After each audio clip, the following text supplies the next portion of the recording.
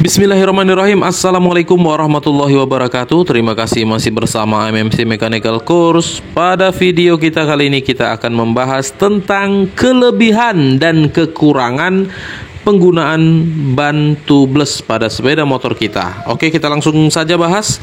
Yang pertama kita akan bahas yaitu kelebihan menggunakan ban tubeless apa aja. Yang pertama yaitu yang pastinya dia lebih tahan akan kebocoran. Ini untuk yang nggak mau ribet ya, yang di jalan. Jadi mengapa ban tubeless lebih tahan bocor, terutama jika apalagi cuman kena paku atau duri-duri kecil ya, itu nggak ada masalah sama sekali. Karena ban tubeless itu tidak memiliki ban dalam. Jadi bannya itu tidak memiliki ban dalam, sehingga jika selagi paku atau duri-duri tersebut belum dicabut, itu tidak akan mengurangi angin atau udara yang ada di dalam ban tubeless tersebut.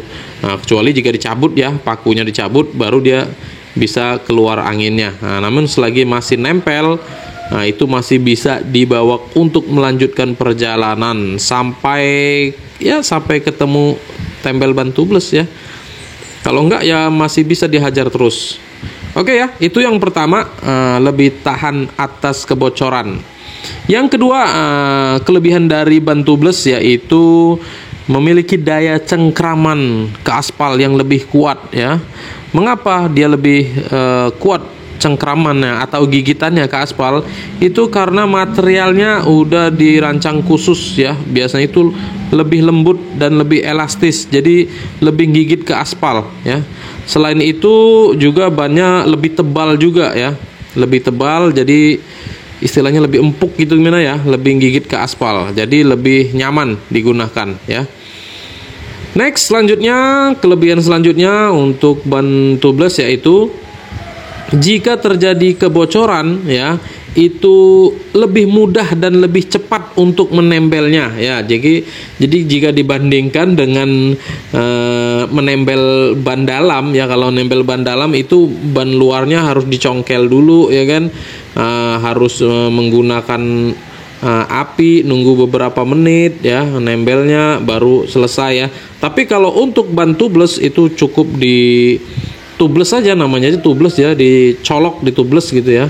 Lebih praktis dan lebih cepat tentunya, nggak nunggu waktu lama ya, kurang lebih paling lama dah 5 menit ya, tergantung mekaniknya ya, tanpa harus buka ban ya, jadi lebih bener-bener lebih praktis, lebih mempermudah.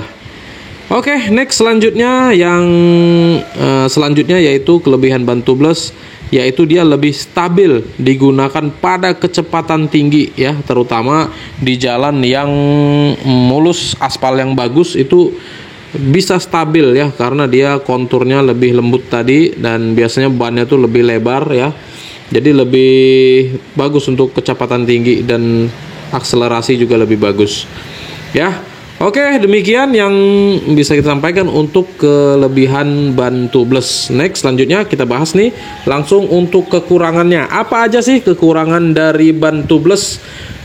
Oke, langsung saja. Yang pertama yaitu jika bocornya lebar atau sobeknya lebar, atau tadi jika kena paku, pakunya agak besar terus nggak diganti, nggak ditembel-tembel, itu lama-lama atau kena besi ya, itu bisa menyobek ban luarnya.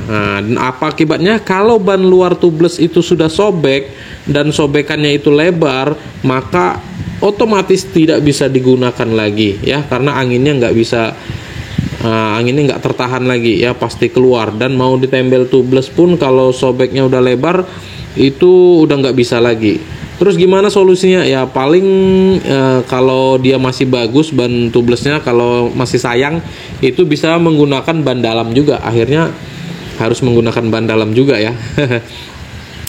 Jadi itu kekurangan yang pertama ya. Jadi harus lebih hati-hati dengan benda-benda yang tajam yang bisa membuat sobekan itu lebar ya, bisa fatal akibatnya.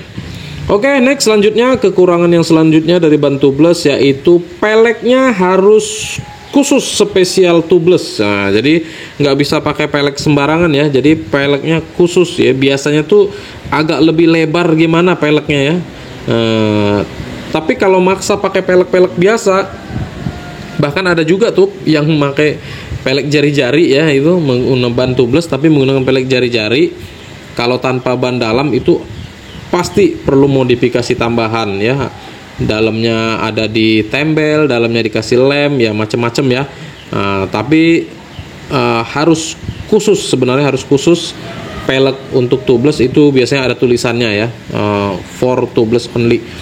Jadi itu untuk peleknya khusus. Dan juga selain peleknya khusus, peleknya juga itu harus benar-benar bersih tanpa ada kotoran sedikit pun ya. Kalau ada kotoran itu bisa menyebabkan angin keluar dari celah-celah kotoran tersebut.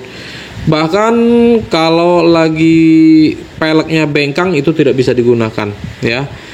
Kotor aja nggak boleh ya, apalagi dengan pelek yang sudah bengkang ya. Walaupun tadi peleknya udah khusus tubeless, tapi kalau udah ada terjadi kebengkangan ya, ada celah untuk angin keluar, itu kemungkinan besar tidak bisa digunakan, kecuali peleknya dipres lagi ya. Ya, itu untuk kekurangan yang selanjutnya. Jadi peleknya khusus dan nggak boleh bengkang. Bahkan kotor pun aja nggak boleh ya, karena bisa menyebabkan resapan angin untuk keluar. Oke, selanjutnya yang kekurangan ban tubeless yang selanjutnya yaitu bannya lebih tebal, dan juga pastinya kalau bannya lebih tebal otomatis bannya menjadi lebih berat ya dibanding ban biasa. Itu kalau ditimbang lebih berat ban tubeless ya, sehingga bisa membebani kinerja mesin ya. Ini terutama untuk sepeda motor yang cc-nya kecil. Kalau untuk yang cc besar nggak ada masalah ya, karena cc besar, tenaga besar, nggak ada masalah.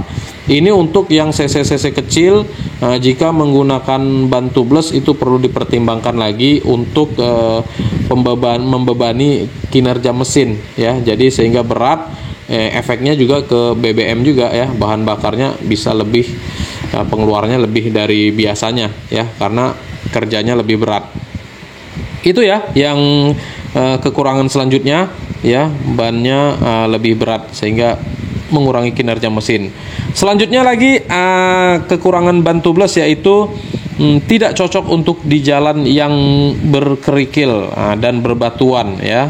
Karena tadi komponnya sangat lunak ya, bukan sangat lunak ya, komponnya lunak, sehingga kalau di jalan yang bebatuan atau jalan yang kerikil-kerikil itu ditakutkan bisa menyebabkan kerusakan pada kompon-kompon ban tersebut ya, karena bannya karetnya lembut, sehingga jika kena yang tajam-tajam bisa mengakibatkan kerusakan dan bisa merugikan kita sendiri. Next, yang terakhir kekurangan dari ban tubeless yaitu dari segi harganya yang pastinya lebih mahal dari ban biasa. Ya, selisihnya bisa mulai dari 50, 100 bahkan lebih ya, tergantung dengan tipe bannya dan ukuran bannya. Semakin besar ukuran bannya itu biasanya selisihnya semakin banyak juga. Sekarang kita itu aja ya, kiranya itu aja yang informasi yang bisa kita sampaikan untuk kelebihan dan kekurangan ban tubeless. Selanjutnya boleh kita masing-masing pertimbangkan ya, apakah kita sudah membutuhkan ban tubeless ataukah kita hanya masih perlu ban biasa aja ya. Tergantung kondisi kita, tergantung situasi kita, dan juga tergantung kebutuhan kita, itu yang pastinya ya. Apakah kita sudah perlu membutuhkan ban tubeless, maka kembali ke kita masing-masing. Oke ya, demikian yang singkat dan sederhana ini, semoga bisa bermanfaat. Untuk yang ada pengalaman-pengalaman kita di sini, pengennya berbagi aja ya, berbagi pengalaman. Boleh di kolom komentar kita saling berbagi biar kita saling mendapatkan pengetahuan lebih lagi. Oke, demikian, mohon maaf kalau ada kurang-kurang. Terima kasih perhatiannya. Sampai berjumpa di video selanjutnya. Wassalamualaikum warahmatullahi wabarakatuh.